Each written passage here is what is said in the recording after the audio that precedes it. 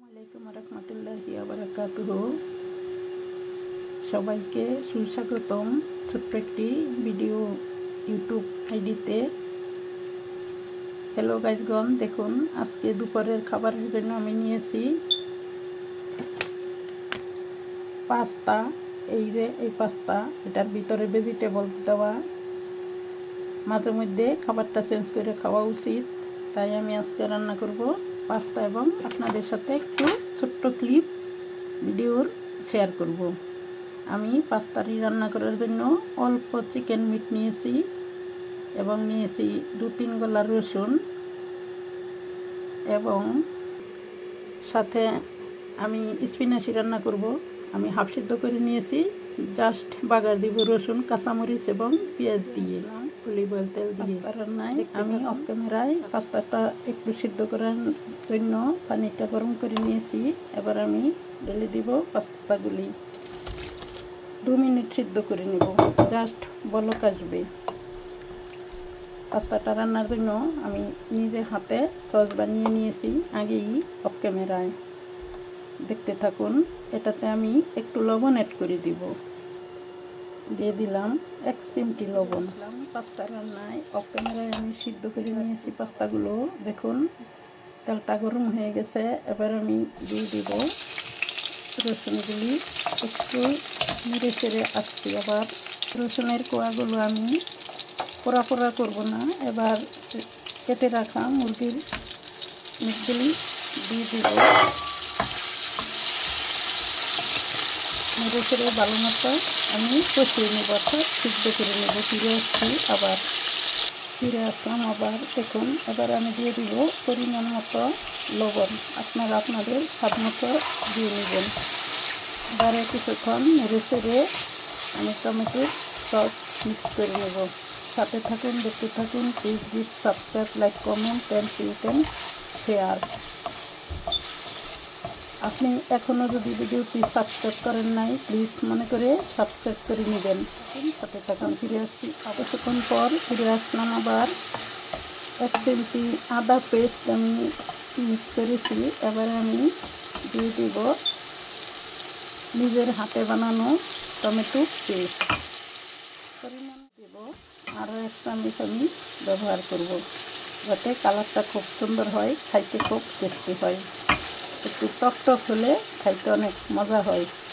আমি তাতে একটু গরম পানি অ্যাড করে দিব ভালো মতো কষিয়ে নেওয়ার জন্যে। দেখুন আমি গরম পানিটা অ্যাড করে দিচ্ছি, একটু ভালো মতো কষিয়ে নেব। লবণটা আপনারা দেখে নেবেন। আমি একটু আলুনি রান্না করি, বেশি জল দেব না, কারণ পাস্তাটা আমি সেদ্ধ করে নিয়েছি। জাস্ট নেড়ে চেড়ে পাস্তাটা নামিয়ে নেব। একটু কষিয়ে নিয়েছি ভালো মতো। আশা করি অনেক মজা হবে, খাইতেও টেস্টি হবে। এবার আমি দিয়ে দেব সেদ্ধ করা রাভিওলি পাস্তাগুলো। এটার নাম ইতালিয়ান বলছি আমি। 2 মিনিট নেড়ে চেড়ে আমি চুলা থেকে নামিয়ে পরিবেশন করে নেব। দেখতে থাকুন, সাথে থাকুন। দেখুন কত টেস্টি চেহারায় বলে। একটু বলকা নিয়ে নেব। আর এদিক দিয়ে সেই রান্নার জন্য আমি অফ ক্যামেরায় কষিয়ে নিলাম পেঁয়াজ, রসুন এবং কাঁচামরিচ। বেশি কাঁচামরিচ দিয়েছি, কিন্তু ঝাল না, মিষ্টি মিষ্টি। বেল পেপার, লঙ্কা। লন্ডন অনেক শীত করেছে, আমাদের জন্য দোয়া করবেন।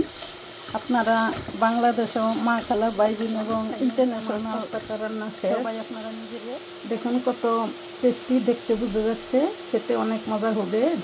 সবজি দেওয়া রাভিওলি পাস্তা বলে ইটালিয়ানে, কিন্তু আমাদের খুব ফেভারিট। সাথে আমি চিকেন মিট ইউজ করেছি, অল্প চিকেন মিট। দেখুন আপনারাও মাঝে মধ্যে পাস্তা খাবেন, কন্টিনিউ ভাত খাবেন না। পাস্তা আর ভাত সমান সমান ভিটামিন এবং শরীরের উপকারী। আর ভাতে একটু রসা ওজন বেশি হয়, পাস্তা আবার একটু টাইট, শরীরে ফিট রাখে, কারণ এটি আটা দিয়ে বানানো। নিজেও বানিয়ে খাওয়া যায়, হাতেও বানানো যায়, কোনো মেশিন লাগে না। দেখুন আজকে রান্না পাস্তা প্লাস স্পিনাচি। আপনারাও মাঝে মধ্যে খাবেন, শরীরের যত্ন নেবেন, শাকসবজি বেশি খাবেন, প্লেন্টি পানি পান করবেন।